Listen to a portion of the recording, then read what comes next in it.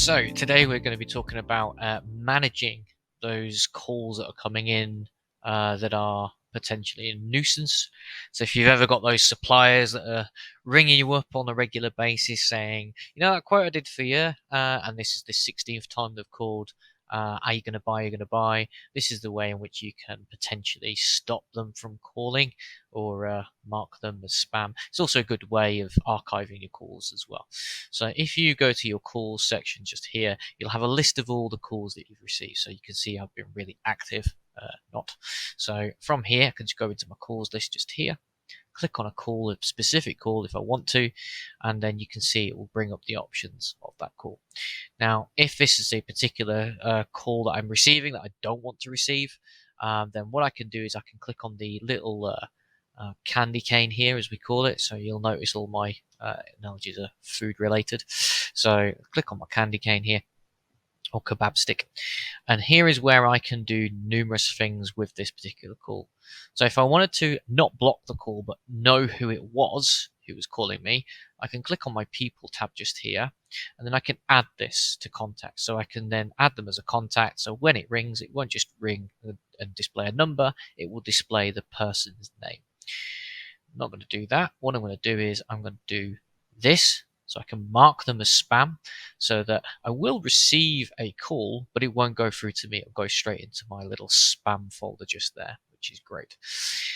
So I might get voicemail, etc. and so forth, but what it'll do is it'll rather than go to my voicemail, it'll go into my spam folder just there. The other thing I can do here is I can block the number. So if I wanted to block that number completely, just press on the block and that number will never go through. Always a good one.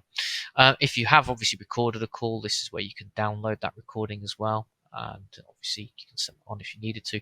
But this one here is also really useful, which is the archive button. So if your admin has hopefully set up your Google Vault settings to hold items that have been used and done historically, here is where you'd press the archive button.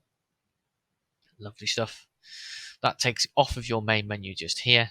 But then if you do need to re-access this, you click on your archives and you can see there, this now appears in my archive section just there. Another really nifty trick that you can do as well, especially if you're reception and you want to be calling out to, say, a parent or a supplier, but not give your number out willy-nilly, or a teacher who's calling from their handset and not give their number out. If you go into your settings just here at the top, click on that, you have the ability to go to your calls section just here, and you can click on anonymous caller ID.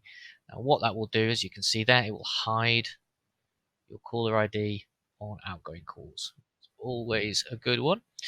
The other thing that you can do as well is if you're getting those incoming calls but don't want to necessarily block people, if you've added them to contacts, if you press the screen call button, it will not only ring, but it will also tell you the name of the caller when you pick that phone up as well.